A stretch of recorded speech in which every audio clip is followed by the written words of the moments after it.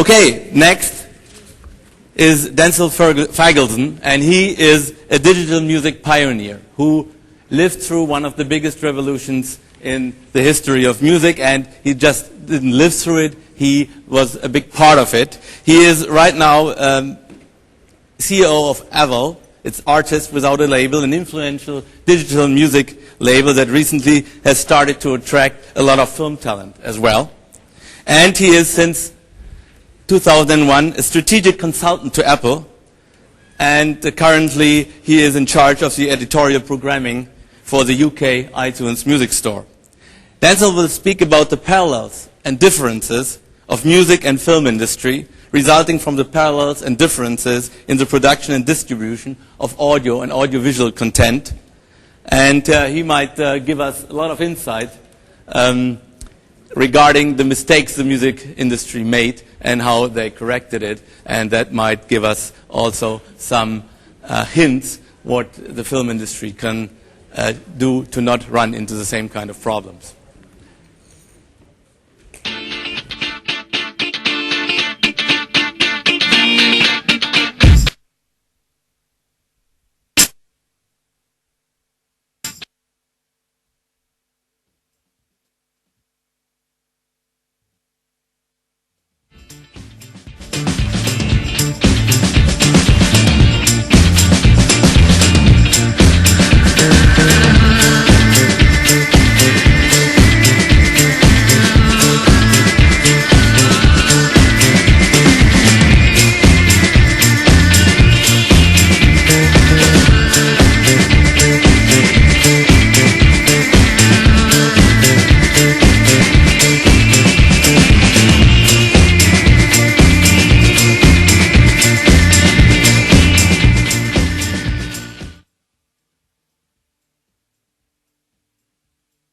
Microphone working?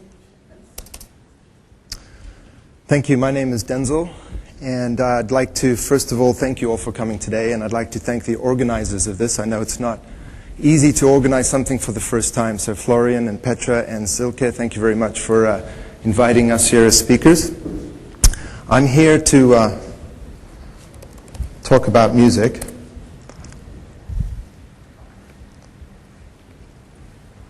Oops. Wrong one. Give me 1 second. I'll just get to the first slide. So they gave me this wonderful topic of rethinking the recipient. And but before I do that, I should talk a little bit about AWOL, because we launched AWOL in 1997. I was a music manager at the time, and basically managing major label artists. And what we saw was that there was no level playing field. And you'll hear this a lot in the coming age of where this little space that we're talking about here today, this very important notion. You see, we're in the state of a revolution. And what I've experienced in the music business is that in 1997, we felt we were in a state of revolution. And look where we are now. So this idea of artists making their own material, putting it up for sale, and going directly to their fans was something we launched in 1997.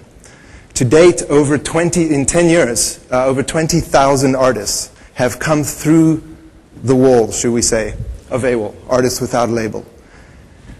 And I should imagine one of the reasons they invited me here today is we're in a similar state of revolution, possibly in the film industry. At least everybody's talking about it. Everybody's talking about what will happen. Look what's happened in the music industry. Look how iTunes has sold over 2 billion songs. How did that happen? How come everybody's wearing an iPod as an accessory? How come when you buy a BMW, they say my favorite accessory is the iPod?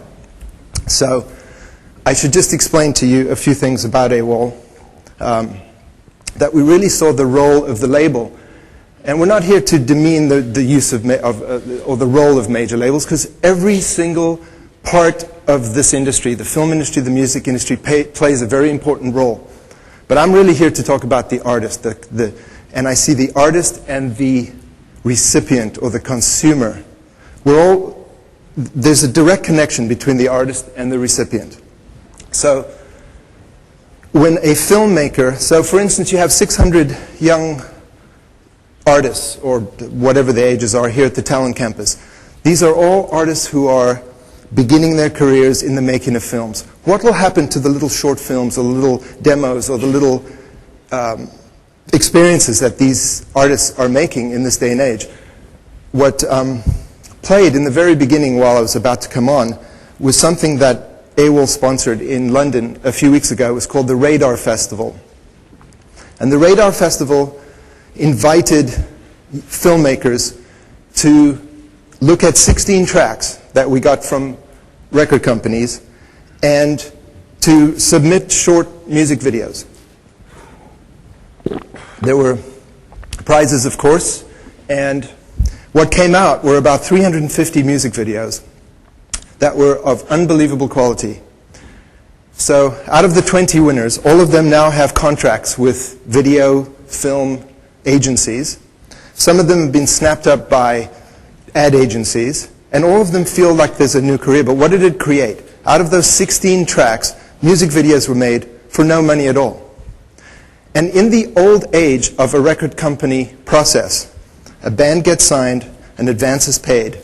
You get $500,000 or pounds or 100, whatever it is. You make your record for that amount. The record company loans you the money, right? Then you go on tour. Then you get tour support. So now you're in, hundreds of thousands of pounds, and you have to go and sell records, tour, hope that somebody will go to a record shop, find you in a bin, and buy your albums, which are costing $17 to $20. That whole process now has completely changed. For each unique individual artist, there is a freedom. And there's a freedom to choose what direction or path you're going to take. You're going to put your video up on YouTube. You're going to get a MySpace site. You're going to go into Second Life. You're going to go into all these new digital tools that are available now. It's quite daunting, actually, but it's an age of opportunity for artists. There's a real creative freedom that has never happened ever before. Sorry, this is in 1997, Variety just sent me a copy of this. That's when I launched the label. This is a very interesting slide. I'm not going to talk too much about it, but just think about it. We get so much bombarded to us every day. And, there's a lot of disillusionment we can get from things coming at us. But it's a really fun slide. I thought I would just bring it here. There's really a lot to cover. I only have 20 minutes, and I want to make sure that at the end of this we can talk with each other, and at least from a musical point of view, we can find the parallels that I've experienced. I happened to be at Apple in 2003 when iTunes launched. Now, keep in mind, I'm on the editorial side. I'm completely on the music side. It's guesstimated that I listened to about 4 million tracks last year. So my role with iTunes and with AWOL is completely all about the music. It's all about artistic freedom. So there are parallels that are happening now between the film industry and the music industry. And what the film industry is trying to do is to say, what can we learn from the music industry? What happened to the music industry? So you have the state of fear, where major labels have sold less and less records in traditional forms. But there's an argument to be made because they have made up for it in digital sales. Millions of dollars of music are being bought digitally. There's never been a time in history when more music has been shared, traded, bought, sold, enjoyed. I think music has become a very exciting thing. As I go and speak, I can just sense that more and more people of all ages are having the ability to enjoy music than ever before.